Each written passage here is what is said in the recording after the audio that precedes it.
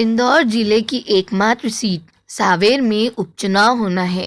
कांग्रेस ने पूर्व सांसद व वरिष्ठ कांग्रेसी नेता प्रेमचंद गुड्डू को प्रत्याशी घोषित कर दिया है, क्योंकि गुड्डू राजनीति के पुराने माहिर है और वह सांवेर से विधायक भी रह चुके हैं। आज इंदौर में एबी रोड स्थित अर्जुन बड़ौदा के लोकी पार्क में कांग्रेस की जनसभा थी, जिसमें लोगों का हुजूम उमड़ पड़ा। सभा को संबोधित करने के लिए पूर्व मुख्यमंत्री कमलनाथ पहुंचे थे। पूर्व मुख्यमंत्री कमलनाथ ने जनसभा को संबोधित करते हुए शिवराज सरकार को जमकर आड़े हाथों लिया। वहीं अपने 15 महीने के कार्यकाल की उपलब्धियां भी गिनवाई। जनसभा में कमलनाथ ने कहा, मैं भू माफियों के खिलाफ अभियान चलाया, क्या गलत किया? मैंने मिलावटखोरों के विरुद्ध अभियान चलाया, क्या गलत किया? मैंने लोगों को शुद्ध दूध पीने के लिए उपलब्ध कराया, क्या गलत किया? बिजली के सस्ते बिलों को लेकर हमने बहुत कुछ किया। आज मध्य प्रदेश का युवा बेरोजगार होकर घूम रहा है। आज मध्य प्रदेश की सरकार अफसर भाजपा का एजेंट बन गया है।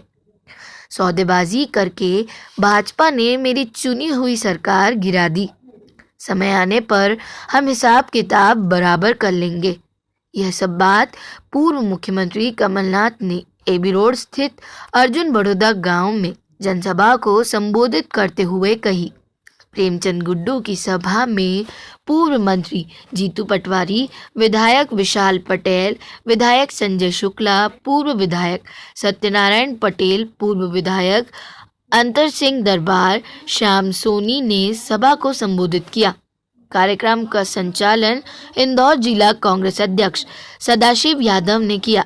ये क्या है कि ये जनता वर्सेस तुलसी सिलावट का चुनाव है।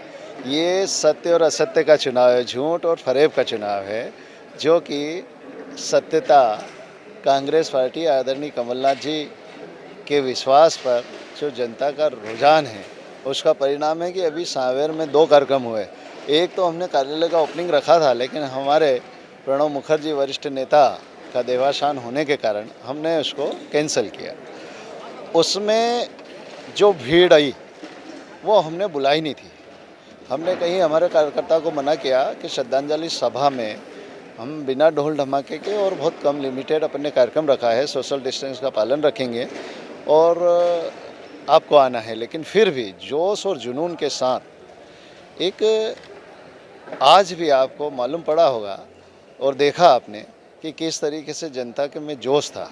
तो वो जो तुलसी सिलावट एक झूठ 25 साल से झूठ पे झूठ बोलता जा रहे थे, लेकिन फिर भी सांवेर की जनता ने उन पर विश्वास करा कि कांग्रेस की सरकार बनेगी आदरणीय कमलनाथ जी के नेतृत्व में, इसलिए उनको विधायक चुना और फिर विधायक चुनकर उनको कमलनाथ जी ने मंत्री बनाया कि सांवेर की जनता का विकास हो, सांवेर क्षेत्र का विकास हो। लेकिन उन्होंने जनता के वोटों को बेचा और निजी स्वार्थ से, धन बल से सरकार को गिराया, क्योंकि बीजेपी की जो सरकार हमेशा व्यापारियों की सरकार रही है, तो ये अडानी अंबानी जैसे बड़े उद्योगपति हैं, इन्होंने पैसा देकर इन 22 विधायकों को खरीदा। बीजेपी को डर था कि जिस तरीके से कमलनाथ जी काम कर रहे थे, केवल उनको 1.5 साल मिला, 15 महीने, और उन्होंने इतने काम करे जो 15 साल में बीजेपी ने काम नहीं किए थे। केवल घोषणावीर का नाम आता है तो शिवराज जी का आता है, और तो उन पर विश्वास उठ चुका है जनता का, और ये जनता का विश्वास उठने का परिचायक है कि जिस तरीके से यहाँ पर जो जनसैलाब देखते हो, ये उसी का परिचायक है। ये तो आपने भी देखा है कि श्रद्धांजलि सभा में 40 कार्यकर्ताओं पर जो वरिष्ठ 80 साल के किसान बेचारे, वो नेताओं पे प्रकरण दर्ज करें। इनको सर मानना चाहिए कि वो थे ही नहीं, फिर भी प्रकरण दर्ज करें। और ये डराने की राजनीति जो बीजेपी करती है ना, तो कांग्रेस का मतदाता नेता ये डरने वाला नहीं है।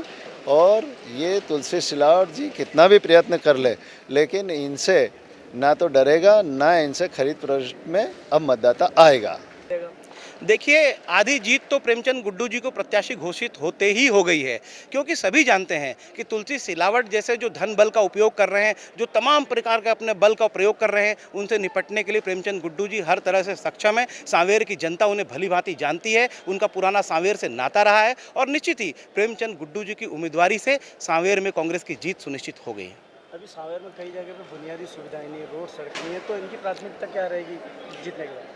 देखिए, सांवेर में बुनियादी सुविधाएं नहीं है, यही तो सांवेर की जनता के लिए मूल मंत्र बनेगा ना कि ऐसे अत्याचारी लोगों को हटाएं। और जो तुलसी सिलावट जो स्वयं का स्वार्थ देख रहे थे और अपने स्वयं का स्वार्थ देखते देखते उन्होंने पार्टी को धोखा दे दिया और पहले कांग्रेस पार्टी को अपनी माँ बताते थे, आज भारतीय जनता पार्टी को अपनी माँ बता रहे हैं। तो लोगों को हमने बीवी बदलते तो सुना है, लेकिन माँ बदलते पहली बार सुना है। तो यह भी सांवेर की जनता भली भांति समझ रही है कि हमें इस गद्दार को सबक सिखाना है जिसने सांवेर के स्वाभिमान पर चोट पहुँचाई है। जब जनता से जुड़ा हुआ एक मुद्दा है, मीडिया के लोग हैं, तो जनता की भाषा ही हमको बोलना रहती है। जनता कह रही है कि जहां उन्होंने कांग्रेस छोड़ के बीजेपी में आए, तो ये बीजेपी छोड़ के कांग्रेस गए, इस विषय को स्पष्ट है। इस विषय को स्पष्ट पूरी तो बहुत अच्छा सवाल पूछा है आपने और इस विषय को मैं स्पष्ट कर देता हूं। आदरणीय प्रेमचंद गुड्डू जी जब तक कांग्रेस में रहे वो हमेशा सामंतवादी ताकतों के खिलाफ लड़ते रहे, ज्योतिरादित्य सिंधिया जी के खिलाफ बोलते रहे और आप लोग इस बात को भली भांति जानते हैं। तो उनका तो सैद्धांतिक लड़ाई थी ज्योतिरादित्य सिंधिया से, वो 50 करोड़ के लालच में नहीं गए थे कांग्रेस छोड़कर, वो ज्योतिरादित्य सिंधिया के अत्याचारों से तंग होकर गए थे। और कांग्रेस का दुर्भाग्य था कि कांग्रेस ज्योतिरादित्य सिंधिया को उतने अच्छे से नहीं पहचान पाई थी जितनी प्रेमचंद गुड्डू ने बहुत पहले पहचान लिया था। तो हम प्रेमचंद गुड्डू जी को साधुवाद देते हैं कि उनका सोच सही निकली, ज्योतिरादित्य सिंधिया का गद्दारी का जो इतिहास था उनसे पीछा नहीं छूटा है उनका। माहौल तो पहले से ही था, लेकिन आज जो जनसैलाब देखा है कमलनाथ जी के सभा में, उसको देखते हुए 100% हम जीत रहे हैं और लाखों वोटों से जीत रहे हैं। और जिस हिसाब से जो युवाओं की टीम मैंने देखी आज, जो युवा भर के आए थे, उसको देखते हुए तो जो उत्साह देखते हुए निश्चित ही हम लोग जीत रहे हैं और कांग्रेस फिर से आ रही है। भारतीय जनता पार्टी सरकार है केंद्र में भी और राज्य में भी, तो स्वाभाविक बात है कि उनका माहौल ज़्यादा रहेगा, धन बल सब रहेगा, सरकारी तंत्र है, इसमें क्या कहना चाहते हैं? जब ये चुनाव बीजेपी कांग्रेस का नहीं होके, ये चुनाव है लोकतंत्र और जनता के बीच का चुनाव। इसमें आप कितना भी धन भल जो भी यूज़ करना, जो भी ले सकते हैं ले, लेकिन जनता जब अब ठान लेती है एक बार मन में कि हमें इनको ही लाना है और हमको इनके साथ में रहना है, तब कुछ भी नहीं चलता उसके आगे।